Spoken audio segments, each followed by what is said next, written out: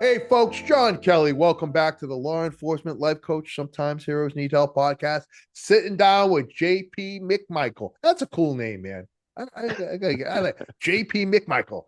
Sounds like an action figure. Should be the lead man of a task force that jumps out of a van, man. I love it.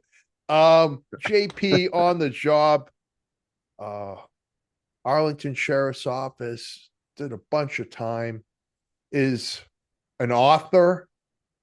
And in this second chapter, a wellness leadership advocate, and is doing some great work. And we're sitting down with him and we're going to find out what he's doing, what he's got coming up, and some programs that he is a part of that I think all first responders could benefit from. So without further ado, JP, man, thanks for taking the time. I appreciate you having me. Yeah, man. So do me a favor, man. Give me like I like did the iceberg thing. Like I just covered the tip, but there's a whole lot more ice under that water line, man. What give me a little more on your past, and then I want to talk about what you're doing now with Boulder Crest, because All right. that's some impactful work. And I think I don't know that a lot of first responders are aware that that's available to them. So yeah, man, if you could fill us in, that'd be awesome. Yeah, so I did 25 years with the Arlington County Sheriff's Office in Virginia. Nice. Retired in November of 2023. Right, the exact day of my 25 years, I hung it up and walked out. Nice. Um, Authored 5 children's books. The first one being on conversations that I had with my son about my struggles with PTSD following 9/11. Right. Oh, so we're not gonna. You don't get to gloss over that, man. That's, dude. Yeah, man. Right. Like, what a resource to help other guys and girls. Like, even if you weren't there, man, it's something that impacted everybody. Yep. And like, my daughter was born in 97. Like, she didn't know what the hell's going on. Right. And so Yep. trying to remind her of why, maybe why I was angry or why I was sad. You authored a book to help tell that story or Yeah. explain that emotion, huh? Yeah, because my son, around the time I wrote it in 2017, Okay. and it was my son was about 7 then, right around that age. Yeah. And I had lost a couple buddies to suicide and other stuff, and was back struggling again, like I was back in 2001-ish. Right. And so he had come into the room one day and was like, "Why won't you play with me?" And so I was like, "All right, I can." That's a punch in the gut, man. Yeah, we all can sit and be hard heads with our own stuff, but when your Man, kid's like, "Hey, what's going on?" why won't you be, listen, what he said was, why won't you be the dad I need you to be? Yeah, Oof, yep. oof. And Leave so it to that's, leave it to a kid to call us out, man, right? yeah, and I talk about him like he's a 99-year-old trapped in a kid's body. Like he Right. comes up with these questions that Holy no smokes, adult would ask JP. you. Right. And Yeah. so I started having these conversations with him, and he was asking me these questions that took me, it was hard for me to answer them. Right. Like I had to stop and think about them. So I tried to write the book in a way to help him understand the things I was struggling with, but likening it to things he was going through. Like if I heard like the planes rushing by and I had a flashback or something, to him with like fireworks with the loud noises, Okay. that kind of thing. And the book ended up being a little shorter than it needed to be for the self-publishing. So I put a workbook in the back to Okay. ask questions. So if you couldn't have the conversation at the time, you could answer the questions. Your son or daughter could answer the questions, and Right. then you could sit down together and go over it. JP, what's the title of that book, man? It's called "Why Won't You Play with Me?" Why won't you play? And It's is it this one. available? It's Is it right up here available? behind me there. Is it available on Amazon? It's on Amazon. Yep. Why won't you play with me, JP McMichael? help you start those conversations with your kids. Dude, that's awesome. Yeah. And then from that one, I went on and I did one about body image and anti-bullying just because of my kids at the time listening to stuff they were dealing with at Right. school. Then my daughter got mad because my son had a book and she didn't, so I wrote one called Daddy's Little Girl about all those Oh man. milestones you have as a dad with your daughter. Yeah. So Nice. I did that one, and then the most recent ones, I wrote one um, about loss, trying to help younger people understand loss because I had a friend of mine when I was working at the sheriff's office who lost her college age daughter in a car accident. Okay.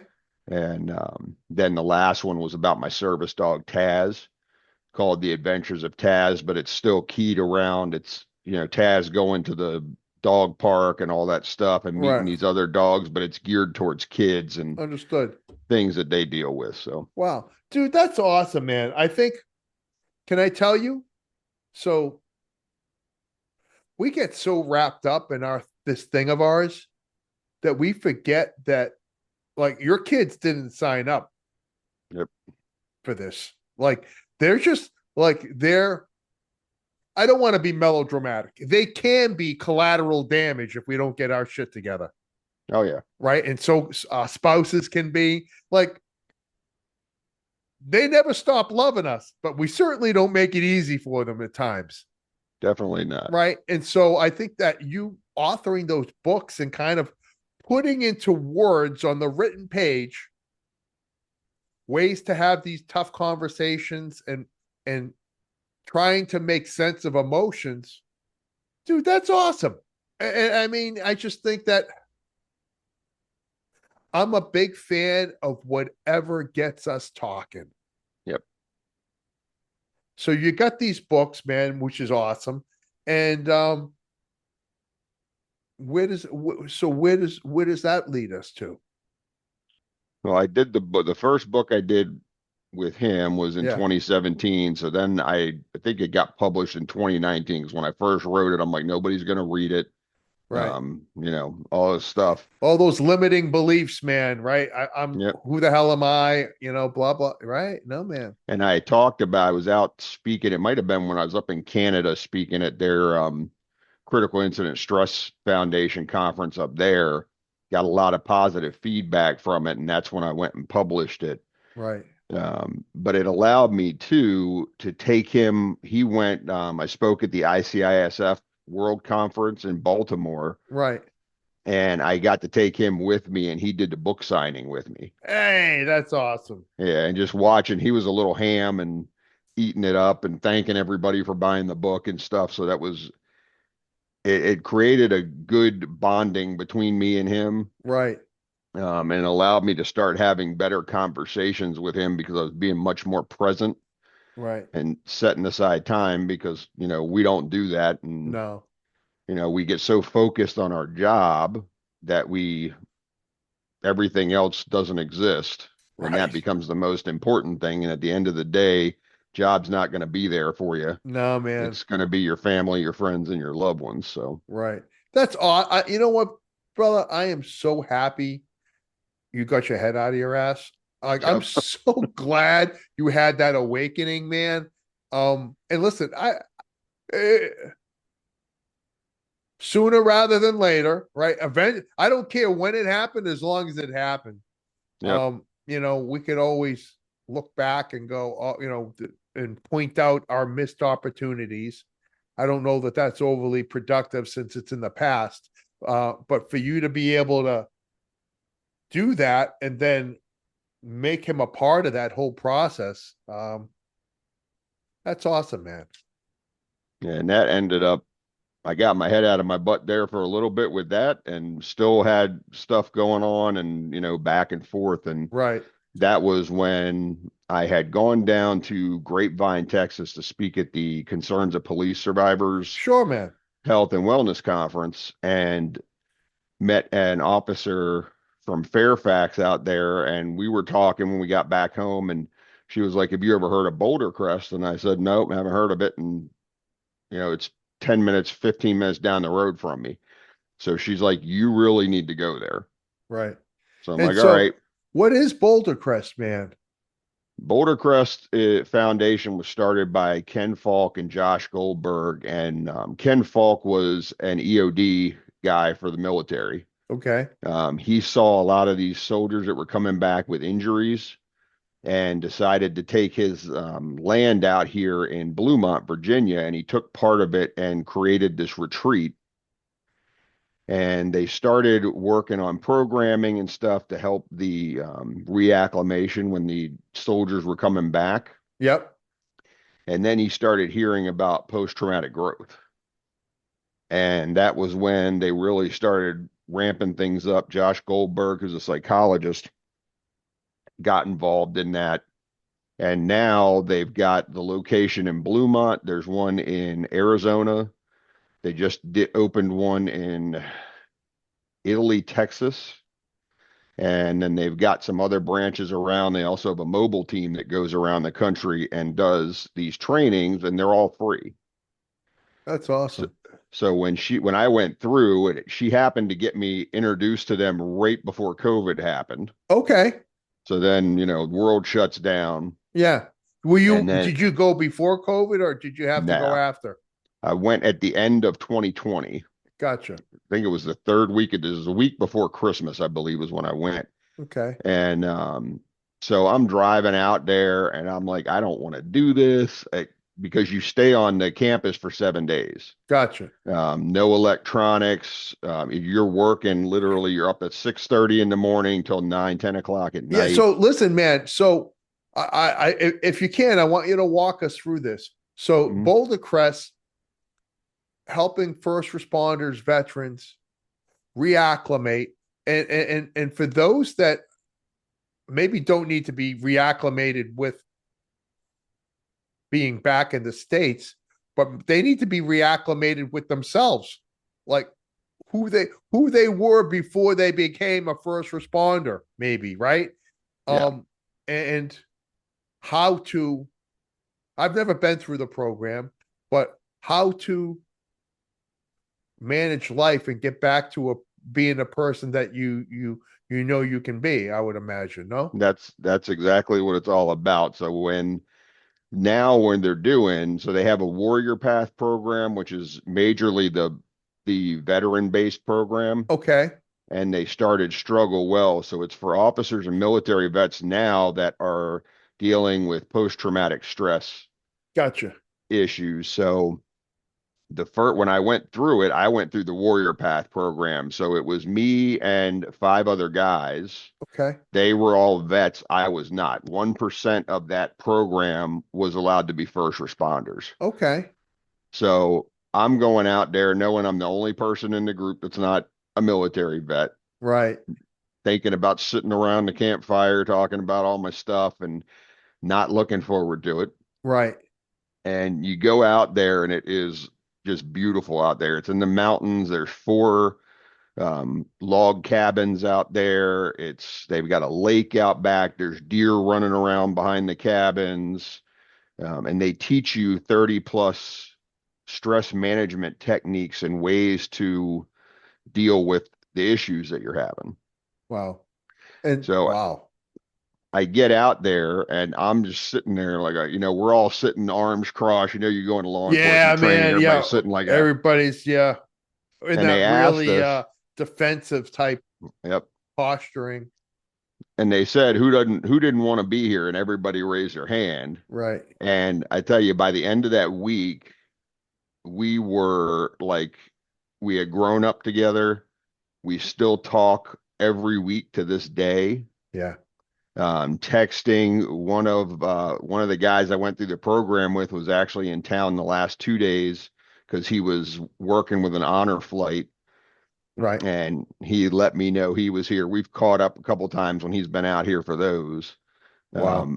But it builds that they talk about the 3 to 5 for your support system that you need, those 3 to 5 people that are going to be there for you, Sure. that are going to help you up when you fall down. They don't want anything in return. They just want you to be the best version of yourself, and you're doing the same for them. Right.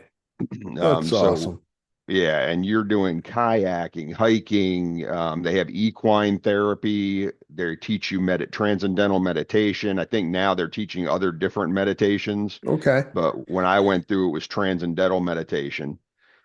And they have you do stuff like we had a role playing we had to do where we had to sit across from one another and pretend the other person was our wife and having that conversation when you get back home. Right. Because they tell you everything here for you is going to change this week. When you get back home, nothing's changed for anybody else.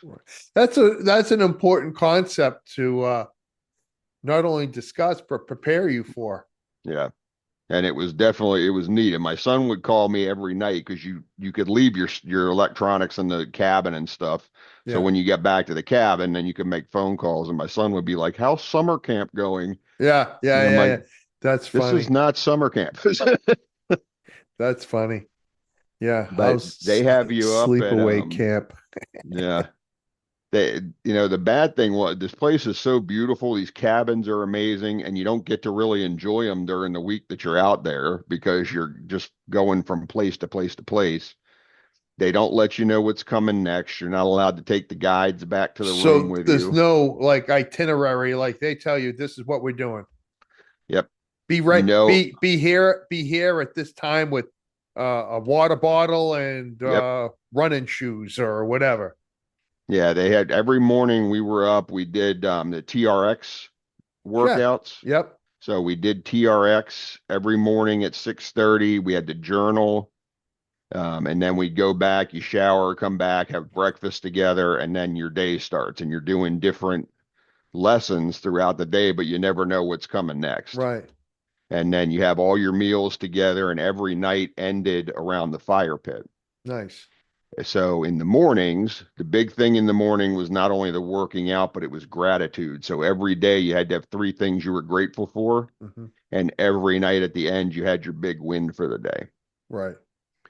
So that started for me. The gratitude piece is something that I've carried into. I'm a professor at Marymount now Yeah. as well, and I teach that to my students. So every time they come into class, they're also doing that practice. Right.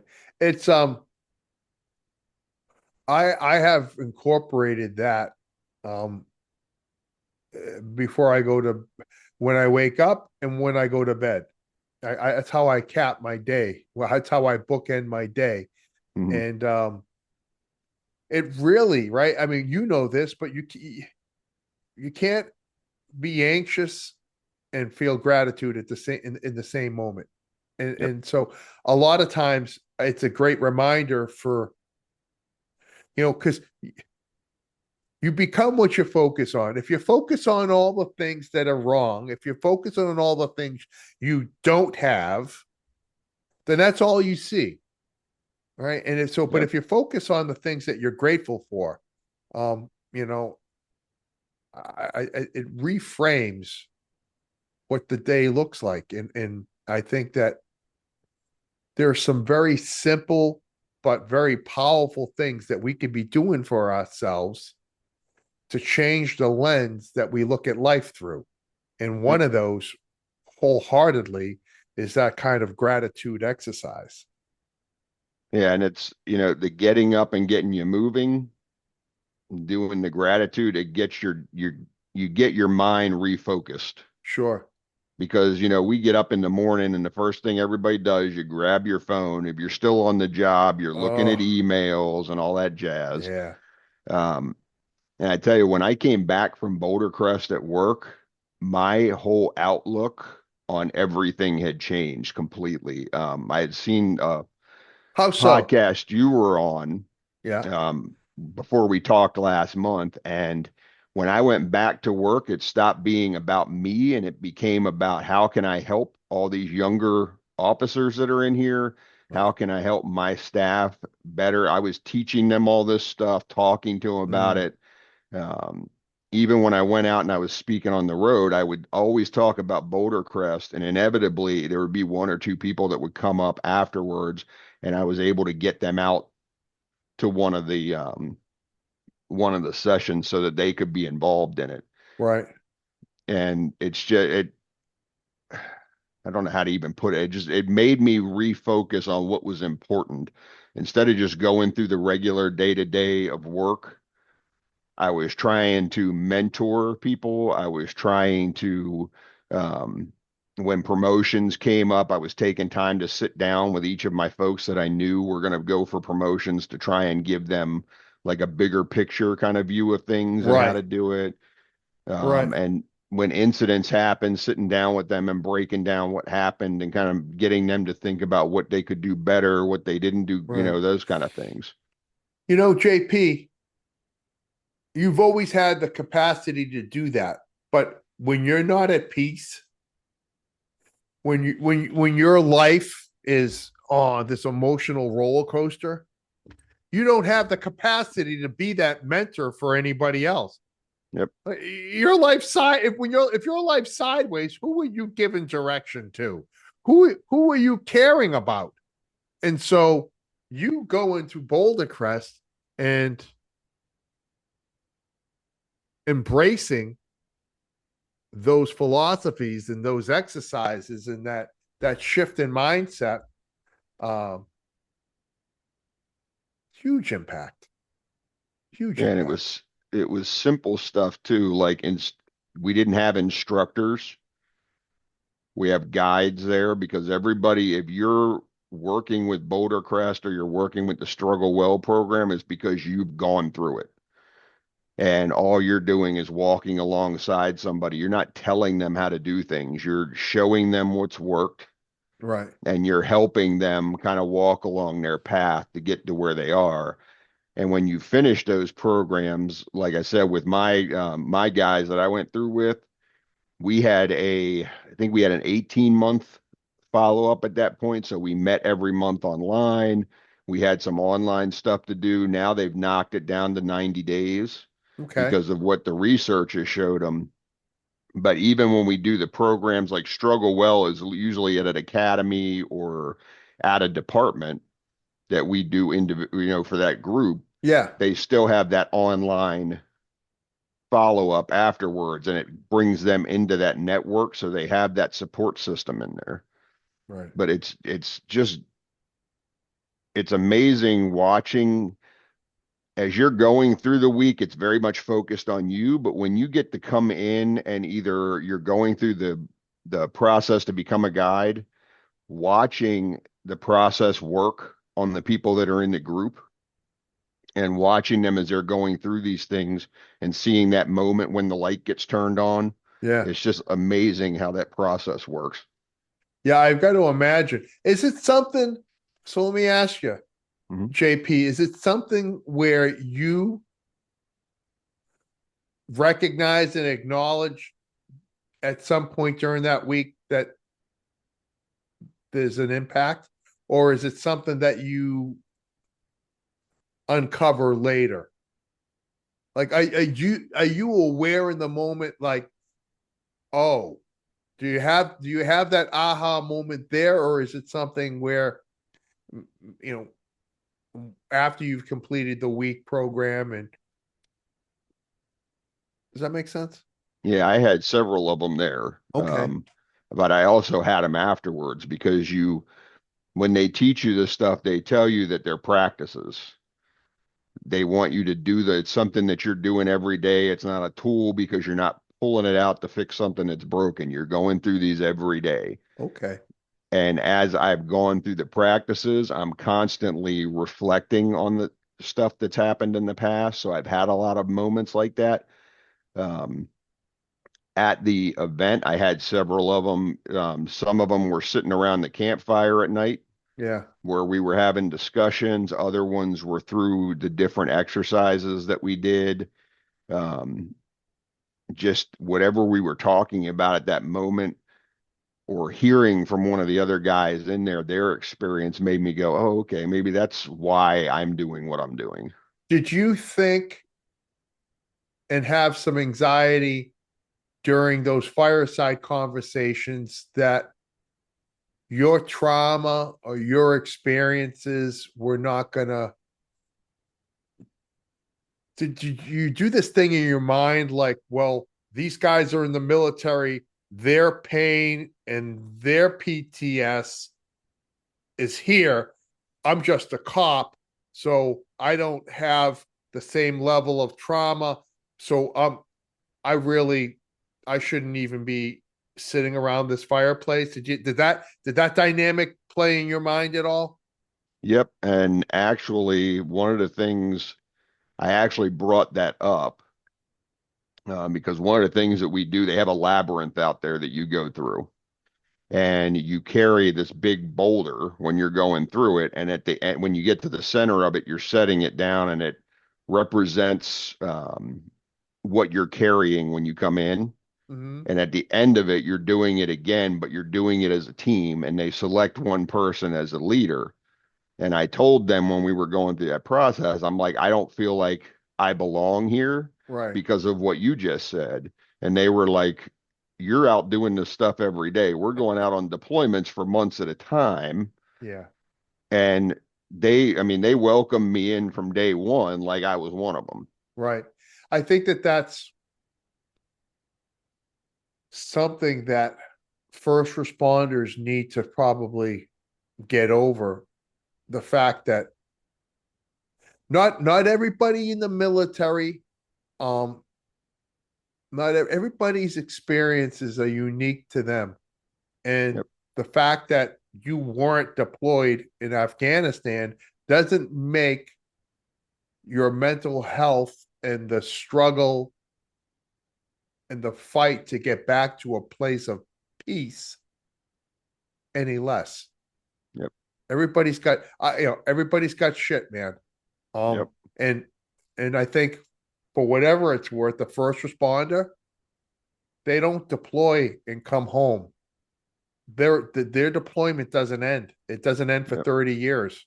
And I think in some ways that can be a harder fix at the end of the day. Yeah. I mean, If that guys, makes sense. no, most definitely. And those guys welcomed me in like I Yeah, was one of them. There that's was good, man. never a moment where they said anything differently. And I haven't heard any other experiences from other people going through. Right. And I think that that's just in our own minds. We need to get over that fact that, um, we're all human, and two, trauma's trauma, man. Yep. And it doesn't differentiate between uniforms, right? Yep. Um, if there's one thing, like, what would, knowing what you know now, having to been through the program, and now you're a facilitator, Mhm. what's one thing that you didn't see coming? Like, what was one thing that, like, completely took you aback? I think that during that week that I was there, I stopped making my identity about the job. Hmm.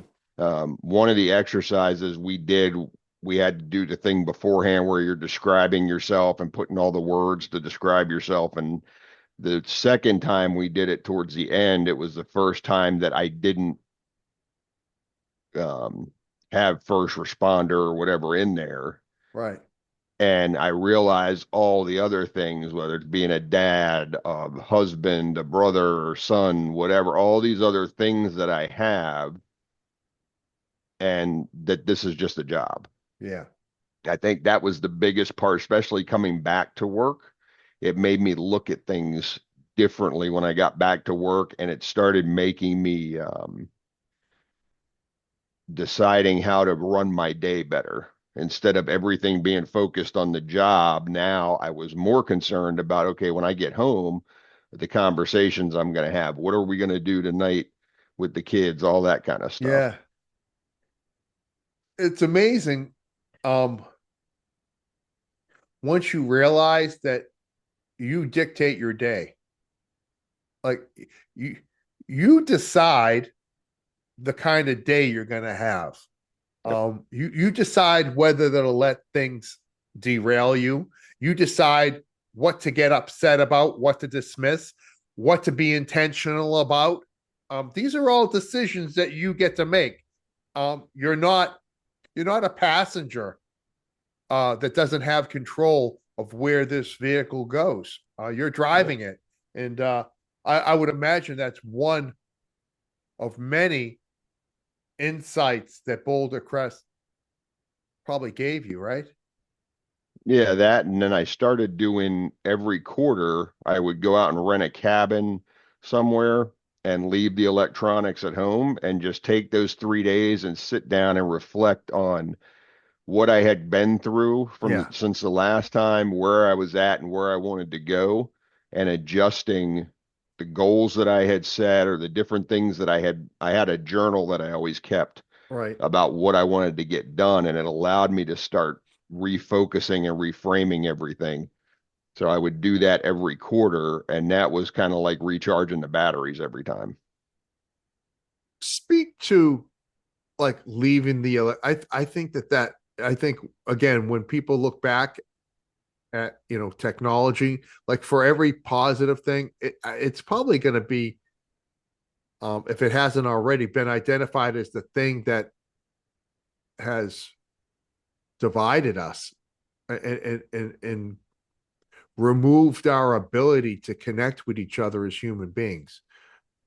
Speak to that if you would about what they do, and then that practice that you initiated of leaving the phone like locked up, well, not having it in your face Yep. 24/7. And I also, before I would leave on that, usually it was Thursday would be my last day at work, and then I'd be gone Friday, Saturday, Sunday, come back Monday, and I would tell everybody on Thursday, do not call me. I'm not answering the phone. Yeah, I'm not man. responding So to I'm not emails. the only one that can make decisions. Yep. Who's working? Tag Yep. them. And that just, I mean, I had my phone with me in case an emergency happened, but I didn't have that urge to start, bringing the laptop up and looking at the emails and all that stuff. It was being present, being out in nature, doing the meditation stuff that they had taught me. That was another thing I did when I got back to work. My first half an hour at work was my meditation time. I had a sign on the door and I told all my folks. Yeah, man. And I told them I expect you to do the same thing. Right. Come in here and get yourself good. And I told them about the little retreat things I was doing. Sure. And